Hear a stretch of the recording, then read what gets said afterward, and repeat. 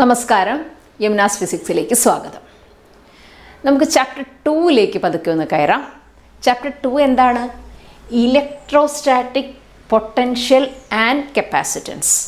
Definitely NCERT ടെക്സ്റ്റാണ്. NCERT പ്രകാരം chapter 2 എന്ന് പറയുന്നത് ഇലക്ട്രോസ്റ്റാറ്റിക് പൊട്ടൻഷ്യൽ ആൻഡ് കപ്പാസിറ്റൻസ്. പല ടെക്സ്റ്റിലും ചാപ്റ്റർ 1 and 2 ചേർത്ത് ഇലക്ട്രോസ്റ്റാറ്റിക്സ് എന്നൊരു ഹെഡിങ് ആയിരിക്കും ചിലപ്പോൾ കാണുക. പക്ഷേ NCERTയിൽ ഇങ്ങനെ തന്നെയാണ്. ഇവിടെ ഫസ്റ്റ് ടോപ്പിക്കാണ് ഇൻട്രൊഡക്ഷൻ. 2.1 ഇൻട്രൊഡക്ഷൻ.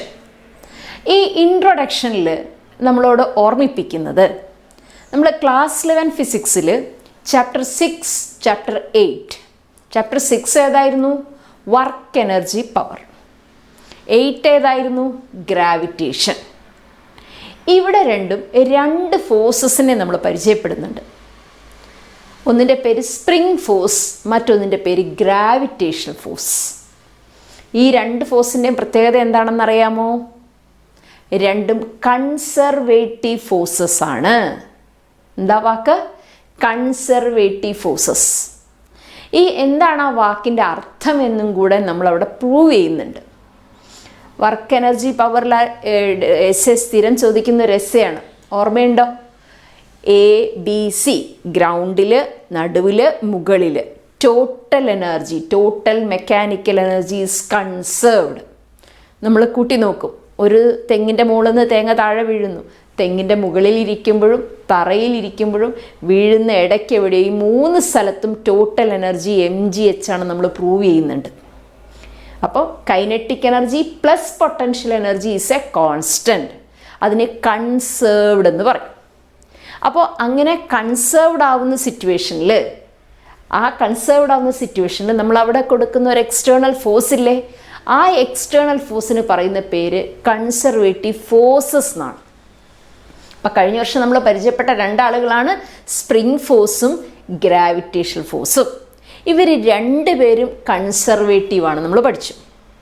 ഇനി പ്രത്യേകിച്ചും ഗ്രാവിറ്റേഷണൽ ഫോഴ്സ്, ഒരു ലെസൺ അങ്ങനെ തന്നെ ഗ്രാവിറ്റേഷൻ പഠിക്കുന്നുണ്ട്. അവിടെ നമ്മൾ ഗ്രാവിറ്റേഷണൽ ഫോഴ്സ് പഠിക്കുന്നുണ്ട്. ന്യൂട്ടൺസ് ലോ ഓഫ് ഗ്രാവിറ്റേഷൻ പഠിക്കുന്നുണ്ട്. അവിടെ എന്താണ് ഇക്വേഷൻ? F = gm1m2/r². ക്ലാസ് 11 ഫിസിക്സിൻ്റെ പ്ലേലിസ്റ്റ് നോക്കിയാൽ നിങ്ങൾക്ക് ഇതെല്ലാം ഡീറ്റെയിൽഡ് ആയിട്ട് കിട്ടും കേട്ടോ. ചാപ്റ്റർ 6, ചാപ്റ്റർ 8 ഒക്കെ ക്ലാസ് 11 ഫിസിക്സ് പ്ലേലിസ്റ്റ് എടുത്താൽ കിട്ടും. ഓക്കെ, അപ്പം ഞാൻ അതിലേക്ക് പോകുന്നില്ല. നമുക്കത് അത്യാവശ്യമുള്ള കാര്യങ്ങൾ. ഇത് നമ്മുടെ ക്ലാസ് 11 ആണ്. ഇത് നമ്മുടെ ക്ലാസ് 12 ചാപ്റ്റർ സ്റ്റാർട്ട് ചെയ്യാണ്. അപ്പോൾ ഇതും തമ്മിൽ നല്ലൊരു സിങ്ക് ഉണ്ട്. ആ സിങ്ക് എഴുതാനാണ് ഞാൻ ഇത്ര ഇവിടെ നോട്ട് ചെയ്തത്. ഓക്കെ, അപ്പോൾ എന്താണെന്ന് ചോദിച്ചു കഴിഞ്ഞാൽ ആ ഗ്രാവിറ്റേഷൻ എന്നുള്ള ലെസണിൽ നമ്മൾ പറയുന്നൊരു കാര്യമുണ്ട്. F = gm1m2/r². Newton's law of gravitation അല്ലേ? ഇപ്പോൾ നമ്മൾ ഇത് ചാപ്റ്റർ 2 ആണ്. ചാപ്റ്റർ 1 എന്താ പഠിച്ചത്? Coulomb's law. കുളുംസ് ലോ എന്താണ്? F = kq1q2/r². നോക്കൂ, രണ്ടിനും ഇൻവേഴ്സ് പ്രൊപ്പോർഷണൽ ടു r² അഥവാ ഇൻവേഴ്സ് സ്ക്വയർ ലോ എന്ന് നമ്മൾ പറയില്ലേ? പറയും. അപ്പോൾ gravitational force inverse square law obey ചെയ്യുന്നു. അതൊരു കൺസർവേറ്റീവ് ഫോഴ്സാണ്. അതുപോലെ നമ്മുടെ സെക്കൻഡ് ലെസണിലേക്ക് നമ്മൾ കയറാൻ പോകുന്നേ ഉള്ളൂ. ചാപ്റ്റർ 1 കൊളുംസ് ലോയും ഇൻവേഴ്സ് സ്ക്വയർ ലോ ആണ്. അതും കൺസർവേറ്റീവ് ഫോഴ്സാണ്. അതാണ് നമ്മളിപ്പോൾ പറയാൻ പോകുന്നത്. കൺസർവേറ്റീവ് ഫോഴ്സ് എന്ന് പറഞ്ഞാൽ എന്താണെന്നാ പറഞ്ഞേ? കൺസേർവ്ഡ് ആണ്. ആര് കൺസേർവ്ഡ് ആണ്? Total energy, kinetic energy and potential എനർജിയുടെ സമ്മ് കോൺസ്റ്റൻ്റ് ആണ്. അതായത് at A time kinetic energy potential energy ആയിട്ട് കൺവേർട്ട് ചെയ്യുന്നു, പൊട്ടൻഷ്യൽ എനർജി കൈനറ്റിക് എനർജി ആയിട്ട് കൺവേർട്ട് ചെയ്യുന്നു. ഇത്തരം ഫോഴ്സസിന് പറയുന്ന പേരാണ് കൺസർവേറ്റീവ് ഫോഴ്സ്. മാത്രവുമല്ല അത് പാത്ത് ഇൻഡിപെൻഡൻ്റ് ആണ്. നമ്മളതിലേക്ക് വരും. ഇനീഷ്യൽ ആൻഡ് ഫൈനൽ പോയിൻറ്റ്സ് മാത്രമേ നമ്മുടെ കൺസേണിലുള്ളൂ. അത് പോകുന്ന വഴിയെക്കുറിച്ച് നമ്മൾ ചിന്തിക്കുന്നില്ല. ആ 2 പോയിൻറ്റ്സ് മാത്രം. അപ്പോൾ അത് നമ്മൾ തുടർന്ന് പറയുമ്പോൾ മനസ്സിലാവും. അപ്പം നമുക്കൊന്ന് റീക്യാപ്പ് ചെയ്യാം. കഴിഞ്ഞ വർഷത്തെ കാര്യങ്ങളൊന്ന് റീക്യാപ്പ് ചെയ്തിട്ട് ഈ ലെസൺ 2.1 ഇൻട്രോയിലേക്ക് കയറാം. ഇതാണ് 2.1 ഇൻട്രോ ഭാഗം. ഓക്കെ, അപ്പോൾ എന്തായിരുന്നു ഈ കാര്യം? നമുക്കൊന്നൊരു ചിത്രരൂപത്തിലും കൂടെ ആലോചിച്ച് നോക്കിയാലോ? ഇത് നമ്മൾ പഠിച്ചിട്ടുണ്ട്. ഇതിനെ ഞാൻ വളരെ സിമ്പിളായിട്ട് W=mgh എന്ന് എഴുതിയാൽ തീരാവുന്ന കേസേ ഉള്ളൂ. ഇത് നമുക്കറിയാം, വെരി ക്ലിയർ. W=mgh എന്ന് പറയുന്നതിനേക്കാൾ നിങ്ങൾക്കിഷ്ടം പൊട്ടൻഷ്യൽ എനർജി =mgh എന്ന് പറയാനല്ലേ? ആണ്. പക്ഷേ നമ്മൾ പറയാൻ പോവുകയാണ്, നമ്മൾ പ്രൂവ് ചെയ്യാൻ പോവുകയാണ് W=mgh തന്നെയാണ് പൊട്ടൻഷ്യൽ എനർജി.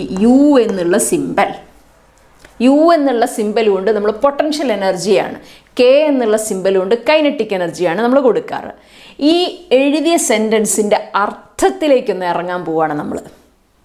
ഈ mgh എന്ന് തന്നെയാണ് ഞാൻ എഴുതി വച്ചിരിക്കുന്നത്. ഈ സെൻറ്റൻസിൻ്റെ ഇക്വേഷൻ ഫോർമാറ്റാണിത്.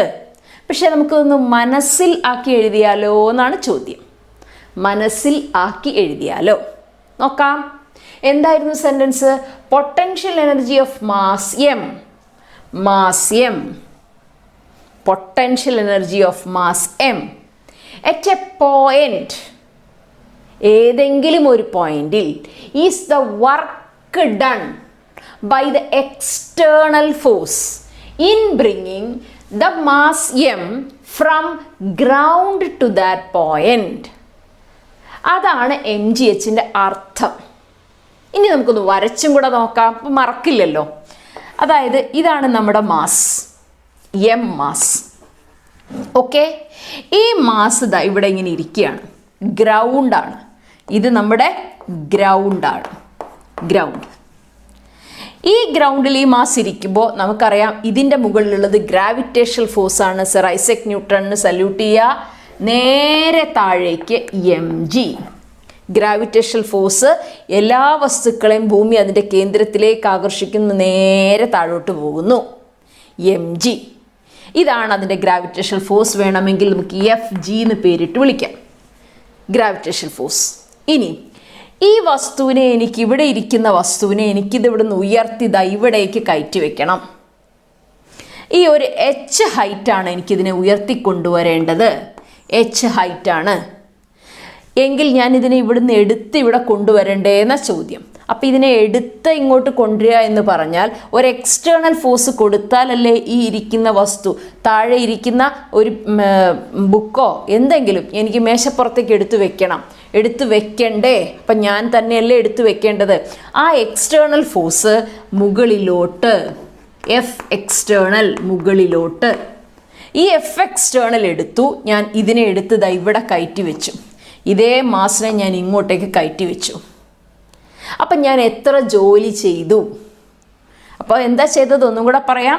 ഈ എക്സ്റ്റേണൽ ഫോഴ്സ് ഈ h ഉയരത്തിൽ കൂടെ ഇതിനെ എടുത്ത് ഇവിടെ കയറ്റി വെച്ചു. അതിനുവേണ്ടി ഞാൻ ചെയ്ത ജോലിയാണ് ഞാൻ ഈ എഴുതി വെച്ചിരിക്കുന്നത്. അപ്പോൾ എന്താ ഞാൻ ചെയ്തത്? ഈ F എക്സ്റ്റേണൽ എത്ര വേണം? നമുക്കറിയാം F എക്സ്റ്റേണൽ എത്ര വരും? അപ്രോക്സിമേറ്റ്ലി Fg ആയിരിക്കും. എന്താ അപ്രോക്സിമേറ്റ്ലി Fg എന്ന് പറഞ്ഞാൽ? ഇത് രണ്ടും തുല്യമാണെങ്കിൽ എങ്ങനെയാ അത് നമുക്കറിയാം. ഈക്വൽ ആൻഡ് ഓപ്പോസിറ്റ് ആണെങ്കിൽ അവിടെ നിൽക്കുള്ളൂ, അത് മൂവ് ചെയ്യില്ല, വടംവലി പോലെ അവിടെ നിൽക്കുകയുള്ളൂ. അതുകൊണ്ടാണ് ഞാൻ ഈക്വൽ ടു നല്ല എഴുതിയത്, അപ്രോക്സിമേറ്റ്ലി എന്നാണ്. ഒരു ഉദാഹരണം പറയുകയാണെങ്കിൽ ഇത് 10 ന്യൂട്ടൺ ആണെന്ന് വിചാരിക്കുക. ഞാനും 10 ന്യൂട്ടണാണ് കൊടുത്തതെങ്കിൽ ആ വസ്തു പൊന്തില്ല. 10.0001 ഒരല്പം കൂടുതൽ കൊടുത്താലേ എനിക്കിത് പൊക്കി ഇവിടെ കയറ്റി വെക്കാൻ പറ്റുള്ളൂ. അപ്പോൾ അതാണ് എൻ്റെ external force. It's not equal to Fg, a little bit higher, ഒരല്പം കൂടുതലാണ്. അങ്ങനെ ഞാൻ ഇതിനെ ഇവിടെ നിന്ന് പതുക്കെ എടുത്ത് ഇവിടെ കൊണ്ടുവച്ചു. സോ എൻ്റെ വർക്ക് എത്രയായിരിക്കും ചെയ്തത്? നമ്മൾ പഠിച്ചിട്ടുണ്ട്, വർക്ക് F.S ആണ് നമ്മൾ പഠിച്ചിട്ടുള്ള ആൾക്കാരാണ്. അപ്പോൾ F എക്സ്റ്റേണൽ ഇൻറ്റു ഹൈറ്റ്, എത്ര ദൂരം? h ഹൈറ്റാണ്. എക്സ്റ്റേണൽ ഫോഴ്സ് എത്രയാണ്? അപ്രോക്സിമേറ്റ്ലി Fg ആണ്. Fg എന്ന് പറയുന്നത് എത്രയാണ്? mg. അപ്പോൾ എനിക്ക് എന്തിടാം? W=mg into h. അതാണ് ഞാൻ ഈ എഴുതിയത്, W=mg ഇൻറ്റു h. അപ്പോൾ നമ്മൾ ഇതിനെ പേര് പറയും, ഈ എനർജി ഈ വസ്തുവിൽ സ്റ്റോർ ചെയ്തിരിക്കുന്നത്, ഈ നമ്മൾ കൊടുത്ത വർക്ക് ഈ വസ്തുവിൽ സ്റ്റോർ ചെയ്തിരിക്കുന്നത് പൊട്ടൻഷ്യൽ എനർജി ആയിട്ടാണ്. നമുക്കറിയാലോ, സ്റ്റോർ ചെയ്തിരിക്കുന്ന വെള്ളം ടർബൈൻ കറക്കി വൈദ്യുതി ഉണ്ടാക്കുന്നു. സ്റ്റോർ ചെയ്ത ഡാമിലെ വെള്ളത്തിനല്ലേ അത് പറ്റുള്ളൂ. പുഴയ്ക്കൂടെ ഒഴുകുന്ന വെള്ളം ഇലക്ട്രിസിറ്റി ഉണ്ടാക്കുമോ? ഇല്ല. ഇലക്ട്രിസിറ്റി ഉണ്ടാക്കണമെങ്കിൽ ഇതേ വെള്ളം നമ്മൾ വലിയ ഉയരം കൂടിയ ഡാമുകളിൽ സംഭരിക്കണം. അതാണ് തുറന്നു വിടുമ്പോൾ പങ്കായം കറങ്ങുന്നു, ഇലക്ട്രിസിറ്റി ഉണ്ടാവുന്നു. അപ്പം സ്റ്റോർ ചെയ്തിരിക്കുന്ന ഏത് ഫോമിലാ? Potential energy. അതിനത് അവിടെ നിന്ന് അഴിച്ചു വിടുമ്പോഴാണ് അത് കൈനറ്റിക് എനർജി ആയിട്ട് മാറ്റപ്പെടുന്നത്. തെങ്ങിൻ്റെ മുകളിലിരിക്കുന്ന തേങ്ങയ്ക്ക് മാത്രമേ താഴെ ഇരിക്കുന്ന കുട ഉടയ്ക്കാൻ പറ്റുള്ളൂ. ഓൾറെഡി താഴെ ഇരിക്കുന്ന തേങ്ങ ഒരിക്കലും ഉരുണ്ട് വന്നിട്ടൊരു കുട ഉടയ്ക്കില്ല. തെങ്ങിൻ്റെ മുകളിൽ തേങ്ങയാണെങ്കിൽ താഴെ ഇരിക്കുന്ന കുട അതിനുടയ്ക്കാൻ പറ്റും. അപ്പം സ്റ്റോർ ചെയ്തിരിക്കുന്ന ഏത് ഫോമിലാണ്? Potential, due to position. അയാൾ നല്ല പൊട്ടൻഷ്യലുള്ള ആളാണെന്ന് എന്തിനാ പറയുന്നത്? ഒരു IAS ആറിനെ നോക്കിയാൽ പറയുന്നത് അത് ആ കസേരയാണ്, പൊസിഷൻ. അപ്പോൾ പൊസിഷൻ കൊണ്ട് സ്റ്റോർ ചെയ്യുന്നതാണ് പൊട്ടൻഷ്യൽ എനർജി. അപ്പോൾ ഇവിടെ നിന്ന് ഈ നാളികേരം ഞാൻ ഇവിടെ എടുത്തു വെച്ചു. അപ്പോൾ അതിന് എന്തുണ്ടായി? ഞാനതിനു വേണ്ടി ജോലി ചെയ്തു. ആ ജോലി എന്തായിട്ടാണ് മാറ്റപ്പെട്ടത്? Potential energy. ഇനി നമുക്കൊരു പൊസിഷനും കൂടെ കൊടുക്കാം. ഇത് R ആണെന്ന് സങ്കല്പിക്കുക, ഇത് പോയിന്റ് P ആണെന്ന് സങ്കല്പിക്കുക. ഇതൊന്ന് ശ്രദ്ധിച്ചോളാം. RP. So RP is defined as UP minus UR. ഇതിനാവശ്യമുണ്ട്, അതുകൊണ്ടാണ് ഞാനിത് ബോൾഡിൽ എഴുതിയിരിക്കുന്നത് കേട്ടോ. ഇതിന് രണ്ടിനും വളരെ പ്രധാനപ്പെട്ട ആവശ്യമുള്ളതുകൊണ്ടാണ് ഞാൻ ഇങ്ങനെ തന്നെ എഴുതിയിരിക്കുന്നത്. UR UP. ഇവിടുത്തെ ഏറ്റവും വലിയൊരു കാര്യം ഈ ഗ്രൗണ്ടാണ്. നോക്കൂ, ഗ്രൗണ്ട്. അപ്പം നമ്മൾ ഈ R എന്തിൻ്റെ സിമ്പിളായിട്ട് എടുത്തിരിക്കുന്നത്? ഗ്രൗണ്ടാണെന്ന് പറഞ്ഞു. അപ്പം R എന്ന് പറഞ്ഞ point wear potential energy is minimum. Potential energy minimum ആയിട്ടുള്ള പോയിന്റാണ് R. അപ്പം R എന്ന് ഉദ്ദേശിക്കുന്നത് ഗ്രൗണ്ടാണ്. ഗ്രൗണ്ടിൽ പൊട്ടൻഷ്യൽ എനർജി ഈക്വൽ ടു 0. അങ്ങനെയെങ്കിൽ ഈ UR 0 ആയിപ്പോവും. അപ്പം നമുക്ക് എന്ത് പറയാം? Work 0P. 0 എന്ന് ഉദ്ദേശിക്കുന്നത് where the point is ground, അവിടെ പൊട്ടൻഷ്യൽ എനർജി 0. ഈ ടേം 0 ആയിപ്പോവും. So what is the answer? UP. അപ്പം ഇതൊരു പ്രധാനപ്പെട്ട കാര്യമാണ്. അപ്പോൾ പൊട്ടൻഷ്യൽ എനർജി ഡിഫറൻസ് ആണ് വർക്ക്. പൊട്ടൻഷ്യൽ എന്ന് പറഞ്ഞാൽ എന്താ? ഈ പൊട്ടൻഷ്യൽ എനർജി ഇത് പൊട്ടൻഷ്യൽ എനർജിയുടെ വ്യത്യാസമാണ് വർക്ക്, ശരിയല്ലേ? ഇവിടെ നിന്ന് ഇവിടേക്ക് ഉയർത്തി അതിൽ വന്ന വ്യത്യാസമാണ് നമ്മുടെ വർക്കായിട്ട് വരുന്നത്. പക്ഷേ ഈ സ്ഥലത്തെ മാത്രം ഒരു എക്സാമ്പിൾ പറഞ്ഞാൽ വേഗം മനസ്സിലാവും. ഇതിപ്പോൾ 10 ജൂൾസ്, ഇതിപ്പോൾ 15 ജൂൾസ്, വ്യത്യാസം 5 അല്ലേ? ആണല്ലോ. ഇനി ഇത് 0 ജൂൾസ് ആണെന്ന് വിചാരിക്കുക. അപ്പോൾ ഇത് എത്രയായി? 5 ജൂൾസ്.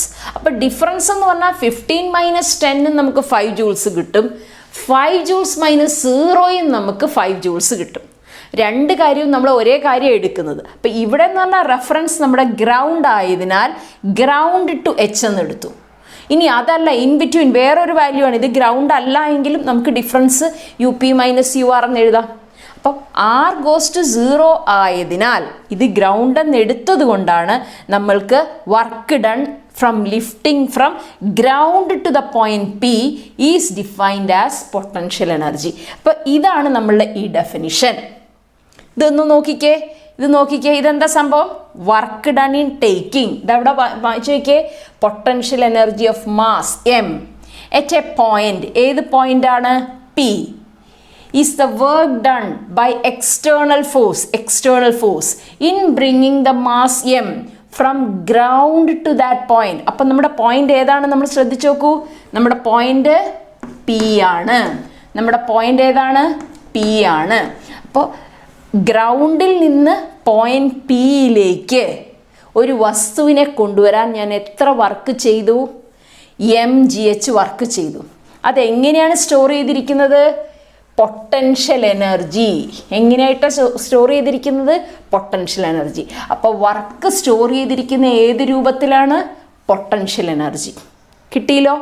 ഈ കൺസെപ്റ്റ് നമുക്ക് വ്യക്തമായിട്ടും നല്ല ക്ലിയർ കട്ടായിട്ട് മനസ്സിലായിട്ടുണ്ടെങ്കിൽ ഈ ഭാഗം പഠിക്കാൻ ഒരു ബുദ്ധിമുട്ടുമില്ല. ഇതേ കാര്യമാണ് നമ്മൾ അവിടെ എഴുതാൻ പോകുന്നത്. NCERT 6 and 8 ചാപ്റ്റേഴ്സ് കോട്ട് ചെയ്തിട്ടാണ് ഇതിൻ്റെ ഇൻട്രോ ഇട്ടിരിക്കുന്നത്. അപ്പോൾ നമുക്ക് ഈ കൺസെപ്റ്റ് ക്ലിയർ ആണല്ലോ. തിരിച്ചിങ്ങോട്ട് വരാം.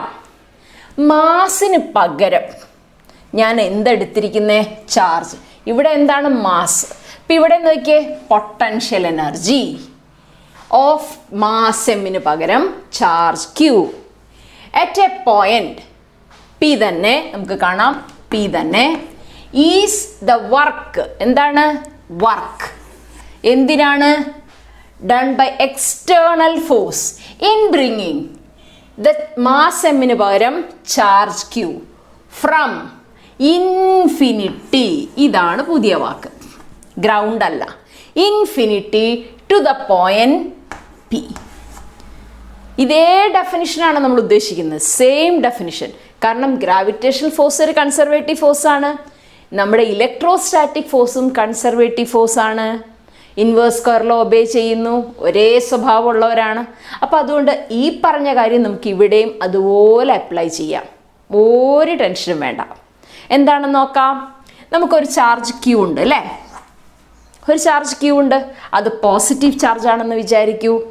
നമുക്കറിയാം ഇലക്ട്രിക് ഫീൽഡ് എല്ലാ ഡയറക്ഷനിലും റേഡിയലി ഔട്ടാണ്, പുറത്തേക്കാണ്. കാരണം ഒരു ടെസ്റ്റ് ചാർജ് വെച്ചാൽ ഇതിന് ചുറ്റും എവിടെ നമ്മൾ ടെസ്റ്റ് ചാർജ് വെച്ചാലും ഈ ചാർജ് അതിനെ റിപ്പൽ ചെയ്യും. അപ്പം അതുകൊണ്ട് അത് റേഡിയലി പുറത്തേക്കാണ്. ആണല്ലോ. ഇത് നമ്മുടെ ഇലക്ട്രിക് ഫീൽഡ്. ഈ വർക്കെല്ലാം നടക്കുന്നത് ഗ്രാവിറ്റേഷണൽ ഫീൽഡിലാണെങ്കിൽ ഇവിടുത്തെ ചലനം മുഴുവൻ നടക്കുന്നത് ഇലക്ട്രിക് ഫീൽഡിലാണ്. പ്രധാന വ്യത്യാസം.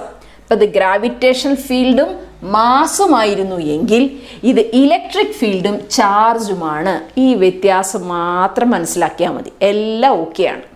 അപ്പം ഇവിടെ മൂവ്മെൻറ്റ് നടക്കുന്നത് ഇലക്ട്രിക് ഫീൽഡിലാണ്, ഇവിടെ മൂവ്മെൻറ്റ് നടക്കുന്നത് ഗ്രാവിറ്റേഷണൽ ഫീൽഡിലാണ്. കിട്ടിയോ? നോക്കാം. അപ്പോൾ ഇങ്ങനെയുള്ള ഒരു ചാർജ് ഇരിക്കുന്നു, ചാർജിന് ചുറ്റുമുള്ള ഇലക്ട്രിക് ഫീൽഡ്.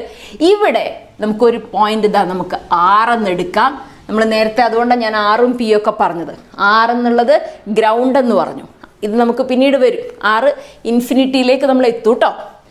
അടുത്തൊരു പോയിന്റ് പി ആണ്. അപ്പോൾ നമുക്ക് വരേണ്ടത് 6ൽ നിന്ന് പിയിലോട്ട്. ഇതാണ് ഡയറക്ഷൻ. R to P. ഈ ഡയറക്ഷനിൽ ഇങ്ങോട്ടാണ് ഞാൻ കൊണ്ടുവരുന്നത്. ആരെയാണ് കൊണ്ടുവരുന്നതെന്ന് അറിയാമോ? ഒരു പ്ലസ് ക്യൂ ചാർജിനെ. നമ്മൾ മാസ് എമ്മിനെ കൊണ്ടുവന്നില്ലേ? മാസ് എമ്മിനെ ഇവിടെ നിന്ന് അങ്ങോട്ടേക്ക് കൊണ്ടുപോയതുപോലെ പ്ലസ് ക്യൂവിനെ നമ്മൾ ആറിൽ നിന്ന് പിയുടെ അടുത്തേക്ക് കൊണ്ടുവരികയാണ്. നോക്കിക്കോളൂ. ഈ ചാർജിൻ്റെ മുകളിൽ എങ്ങോട്ടായിരിക്കും ഫോഴ്സ് ഉണ്ടാവുക? ഇലക്ട്രോസ്റ്റാറ്റിക് ഫോഴ്സ് എഫ് എപ്പോഴും എങ്ങോട്ടാണ്? ഇത് പ്ലസ് ചാർജാണ്, ഇത് പ്ലസ് ചാർജാണ്. അപ്പോൾ ഇതിനെ ഡീഫോൾട്ടായിട്ട് ഇങ്ങോട്ടാണ് റിപ്പൽ ചെയ്യുക. ഇലക്ട്രോസ്റ്റാറ്റിക് ഫോഴ്സ് നേരെ എതിര്. അങ്ങനെ പുറത്തേക്കാണ് ഇതിനെ തള്ളിവിടുക. നേരെ പുറത്തേക്കാണ് ഇലക്ട്രോസ്റ്റാറ്റിക് ഫോഴ്സ് അപ്ലൈഡ് ആവുക. ഇത് നമ്മുടെ പോയിന്റ് ആർ. ഇനി നമുക്ക് ഇതിനെ ഇങ്ങോട്ടേക്ക് കൊണ്ടുവരണം. നോർമലി ഇതിനെ റിപ്പൽ ചെയ്ത് അങ്ങോട്ട് പോകും. അപ്പോൾ എനിക്ക് തിരിച്ച് പിയിലേക്ക് കൊണ്ടുവരണമെങ്കിൽ, ഈ ഡയറക്ഷനിൽ ഇതിനെ കൊണ്ടുവരണമെങ്കിൽ ഞാൻ തീർച്ചയായിട്ടും എന്ത് ചെയ്യണം? എക്സ്റ്റേണൽ ഫോഴ്സ് കൊടുക്കണം. അപ്പോൾ എക്സ്റ്റേണൽ ഫോഴ്സിൻ്റെ ഡയറക്ഷൻ എന്തായിരിക്കും? Opposite to electrostatic force. ഇതിന് വിപരീത ദിശയിൽ കൊടുത്താലേ നമുക്ക് ഈ ചാർജിനെ ഇതിൻ്റെ അടുത്തേക്ക് കൊണ്ടുവരാൻ സാധിക്കുകയുള്ളൂ. അപ്പോൾ നമുക്ക് ഇതേപോലെ തന്നെ എഴുതാം. എഫ് എക്സ്റ്റേണൽ എന്താണ്? F external approximately the same as FE. FE എന്താ? Electrostatic force by Coulomb's law 1/4πε0 Q1 Q2 R² നമുക്കറിയാം ഇല്ലേ? അതാണ് നമ്മുടെ ഇലക്ട്രോസ്റ്റാറ്റിക് ഫോഴ്സ്. അതിന് തുല്യമായിട്ട് കൊടുത്താൽ അത് അവിടെ തന്നെ നിൽക്കും. ഈ ചാർജ് പ്ലസ് ചാർജ് അവിടെ തന്നെ നിൽക്കും. അത് ഇങ്ങോട്ടേക്ക് അടുത്ത് വരണമെങ്കിൽ എക്സ്റ്റേണൽ ഫോഴ്സ് ഒരല്പം കൂടുതലായിരിക്കണം. അങ്ങനെ എക്സ്റ്റേണൽ ഫോഴ്സ് കൊടുത്ത് കൊണ്ടുവരികയാണ്. എന്നിട്ട് ഇതേപോലെ അടുത്ത ഇക്വേഷൻ എഴുതാം. DW. ഇതിനൊരു ചെറിയ ദൂരം, ഒരു സ്മോൾ ഡിസ്റ്റൻസ് ആണ് ഞാൻ കൊണ്ടുവരുന്നതെന്ന് വിചാരിക്കുക. DR ദൂരമാണ് ഞാൻ കൊണ്ടുവരുന്നതെന്ന് വിചാരിക്കുക. ഫ്രം R ടു P കൊണ്ടുവരണം. ഒരു സ്മോൾ ഡിസ്റ്റൻസ് ആണെങ്കിൽ, നമുക്ക് സ്മോൾ ആണെങ്കിൽ DW എന്ന് പറയുന്നത് എഫ് എക്സ്റ്റേണൽ ഡോട്ട് DR. നമ്മൾ ഡോട്ട് പ്രോഡക്റ്റ് പഠിച്ചിട്ടുണ്ട്. അപ്പോൾ എഫ് എക്സ്റ്റേണൽ ഡോട്ട് DR. ഇനി W എന്ന് പറഞ്ഞാൽ എന്ത് വരും? ഇൻ്റഗ്രൽ. എവിടുന്ന് എവിടം വരെ കൊണ്ടുവന്നു? R to P. R to P F external dot dr. അപ്പോൾ ഇത് നമ്മുടെ വർക്കാണ്. ഈ വർക്കിൻ്റെ വാല്യൂ ആണ്, ഈ വർക്കാണ് നമ്മൾ നേരത്തെ പറഞ്ഞത് U P minus U R. P R. P ആണ് നമ്മുടെ കൊണ്ടുവരേണ്ട പോയിന്റ്, ആറാണ് കൊണ്ടുവന്നത്. എവിടെ നിന്നാണ് കൊണ്ടുവന്നത്? ആറിൽ നിന്ന് പിയിലേക്കാണ് കൊണ്ടുവന്നത്.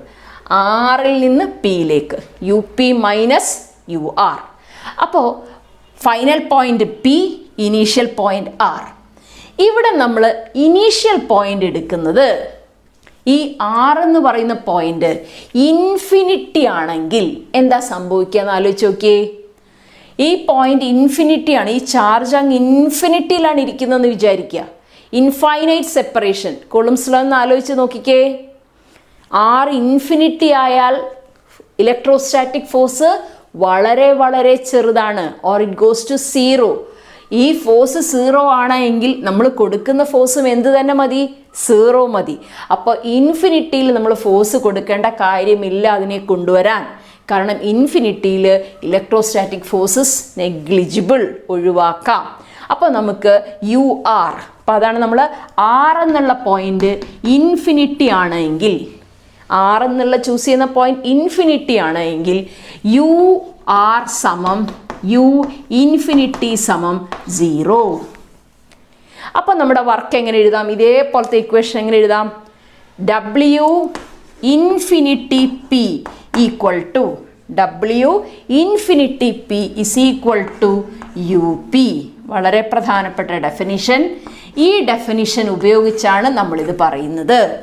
ഇതാണ് നമ്മുടെ ഡിഫൈനിങ് ഇക്വേഷൻ. നോക്കൂ, ഇതാണ് ഉദ്ദേശം. W ഇൻഫിനിറ്റി പി, ഇതിലെല്ലാം അടങ്ങിയിട്ടുണ്ട്. Work done in taking a charge from infinity to the point P is the electrostatic potential energy at the point P. എല്ലാ ഈ സിമ്പിൾസ് മനസ്സിലായ ഈ എക്സ്പാൻഷൻ വളരെ എളുപ്പമാണ്. W വർക്ക് ഡൺ എവിടുന്ന് എങ്ങോട്ടാണ് കൊണ്ടുവരുന്നത്? ഇൻഫിനിറ്റിയിൽ നിന്ന് പിയിലേക്ക്. ഈസ് ഈക്വൽ ടു യു എന്താ? Electrostatic potential energy at the point P. അപ്പോൾ ഇത് എങ്ങനെ വന്നു? എനിക്കിപ്പോൾ ശരിക്കും പറയുകയാണെങ്കിൽ ഈ ഡെഫിനിഷനും പറഞ്ഞു ഇക്വേഷൻ എഴുതിയ പണി കഴിഞ്ഞു, ഫിനിഷ്ഡ്. പക്ഷേ 3 പേജ് NCERT ഡീറ്റെയിൽഡായിട്ട് പറയുന്നുണ്ട്. ഇൻട്രോ 2.1 ഇൻട്രൊഡക്ഷൻ, അതിൽ പറയുന്ന കാതൽ ഇതാണ്. ഇത്ര ഇവിടെ പറയുന്നുള്ളൂ, ഇത്ര മാത്രമേ പറയുന്നുള്ളൂ. പിന്നെ ആഡ് ചെയ്യുന്നൊരു കാര്യം, എഫ് എക്സ്റ്റേണലും FE തുല്യവും വിപരീതം. ഇത് കാണുമ്പോൾ തന്നെ അറിയാലോ, ഓപ്പോസിറ്റ് അല്ലേ. അപ്പോൾ നമുക്ക് ആ ഒരു ഇൻഫർമേഷൻ കൂടെ ഉള്ളത് നല്ലതാണ്. F external equal to minus of FE. ഇതിൻ്റെ ഡയറക്ഷൻ ഈക്വൽ ആൻഡ് ഓപ്പോസിറ്റ് ആണ്. FE ഇങ്ങോട്ടാണ് എങ്കിൽ എഫ് എക്സ്റ്റേണൽ നേരെ റിവേഴ്സ് ആണ്. അപ്പോൾ എഫ് എക്സ്റ്റേണൽ പകരം വേണമെങ്കിൽ ഇവിടെ നമുക്ക് മൈനസ് FE എന്ന് എഴുതാം. ഇത്ര മാത്രമേ നമ്മൾ ഇൻട്രോയിൽ പറയുന്നുള്ളൂ. അപ്പോൾ ഇൻട്രോ പാർട്ട് എംഫസൈസ് ചെയ്യുന്നത് ഇതാണ്, പൊട്ടൻഷ്യൽ എനർജി. പൊട്ടൻഷ്യൽ എനർജി എന്ന് പറഞ്ഞാൽ ഇലക്ട്രോസ്റ്റാറ്റിക് പൊട്ടൻഷ്യൽ എനർജി. അതെന്താണെന്നാണ് ഇൻട്രോ പറയുന്നത്. 2.1 എന്താണെന്ന് മനസ്സിലായോ? ഒന്നും കൂടെ വായിക്കാം. Electrostatic potential energy of a charge Q at a point P.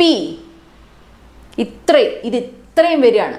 Electrostatic potential energy at the point P എന്ന് പറയാൻ UP എന്ന് മാത്രം എഴുതിയാൽ മതി. Is the work done equal to is the work done W. എന്തിന്? By an external force. ആരാണ് ഇതിനെ കൊണ്ടുവരിക? സ്വയം വരുമോ? ഇല്ല, റിപ്പൾഷനാണ്. അപ്പം നമ്മളായിട്ട് പോയിട്ട് സാവധാനം കൊണ്ടുവരണം കേട്ടോ. കോൺസ്റ്റൻറ്റ് സ്പീഡിലേ കൊണ്ടുവരാൻ പാടുള്ളൂ. അതൊരു വളരെ പ്രധാനപ്പെട്ട കാര്യമാണ്. കോൺസ്റ്റൻറ്റ് സ്പീഡ്, അതായത് ഇലക്ട്രോസ്റ്റാറ്റിക്സ് ആണ്. ഇവർക്ക് ഡിസ്റ്റർബൻസ് ഉണ്ടാവാൻ പാടില്ല. ഈ ചാർജിനെ റിപ്പല് ചെയ്ത് ഉപദ്രവിക്കാൻ പാടില്ല. അതുകൊണ്ട് സാവധാനം കോൺസ്റ്റൻറ്റ് സ്പീഡിലേ നമ്മൾ കൊണ്ടുവരാൻ പാടുള്ളൂ. ഓടിപ്പിടിച്ചിങ്ങോട്ട് കൊണ്ടുവരാൻ പാടില്ല. It should be with a constant speed, 0 acceleration. അപ്പോൾ എക്സ്റ്റേണൽ ഫോഴ്സ് കൊണ്ടുവന്നു, എന്നിട്ട് എവിടെ കൊണ്ടുവച്ചു? From infinity to that particular point. അപ്പം ഞാൻ പോയിന്റ് പിയിലേക്ക് കൊണ്ടുവരികയാണ്. ആരെ? ഈ ചാർജിനെ. എവിടെ നിന്നാണ് കൊണ്ടുവരുന്നത്? ഇൻഫിനിറ്റി. ഇൻഫിനിറ്റി എന്ന് ഉദ്ദേശിക്കുന്നത് എന്താണ്? ഇൻഫിനിറ്റി എന്ന് എന്തിനാണ് നമ്മൾ പറയുന്നത്? Potential energy minimum or zero ആയിരിക്കുന്ന സ്ഥലത്തുനിന്ന് സാവധാനം കൊണ്ടുവന്ന് ഇവിടെ വയ്ക്കാൻ ഞാൻ എത്ര ജോലി ചെയ്തു? ഞാനാണ്. എക്സ്റ്റേണൽ ഏജൻസിയാണ് ഈ ചാർജിനെ പതുക്കെ കൊണ്ടുവരുന്നത്, സ്ലോ ആയിട്ട്. ആ ചെയ്ത ജോലിയാണ് വർക്ക് എന്ന് പറയുന്നത്. ജോലിയാണ്. വർക്ക് ഇസ് ഡിഫൈൻഡ് ആസ് എന്താണ്? Electrostatic potential energy. അപ്പോൾ ഇതിന് നമുക്ക് വേണമെങ്കിൽ ഇതേ കൺസെപ്റ്റിന് നമുക്ക് എന്ത് പറയാം? ആർ പി എന്ന് പറയാം. ആർ ടു പി ആണ്. R to P. പക്ഷെ ഇതെന്താണ്? ഇൻഫിനിറ്റി ടു പി ആണ്. കിട്ടിയല്ലോ? അപ്പോൾ ഇത്ര മാത്രം, ഈ ഒരു കൺസെപ്റ്റിന് ഈ ഒരു ഇക്വേഷനും മാത്രം നമ്മൾ ഇൻട്രോ പാർട്ട് പറയുന്നത്. എന്തെങ്കിലും സംശയം ഇത് കേട്ടതിന് ശേഷം, ഈ വീഡിയോ കണ്ടതിന് ശേഷം നിങ്ങൾ NCERT ടെക്സ്റ്റ് എടുത്ത് വെച്ച് വായിക്കുക, സെക്ഷൻ 2.1. എന്നിട്ടും നിങ്ങൾക്ക് എന്തെങ്കിലും സംശയം ബാക്കിയുണ്ടെങ്കിൽ തീർച്ചയായിട്ടും കമൻറ്റിൽ ഇടുമല്ലോ, മറുപടി തരുന്നതായിരിക്കും. കേട്ടിരുന്ന എല്ലാവർക്കും നന്ദി, നമസ്കാരം.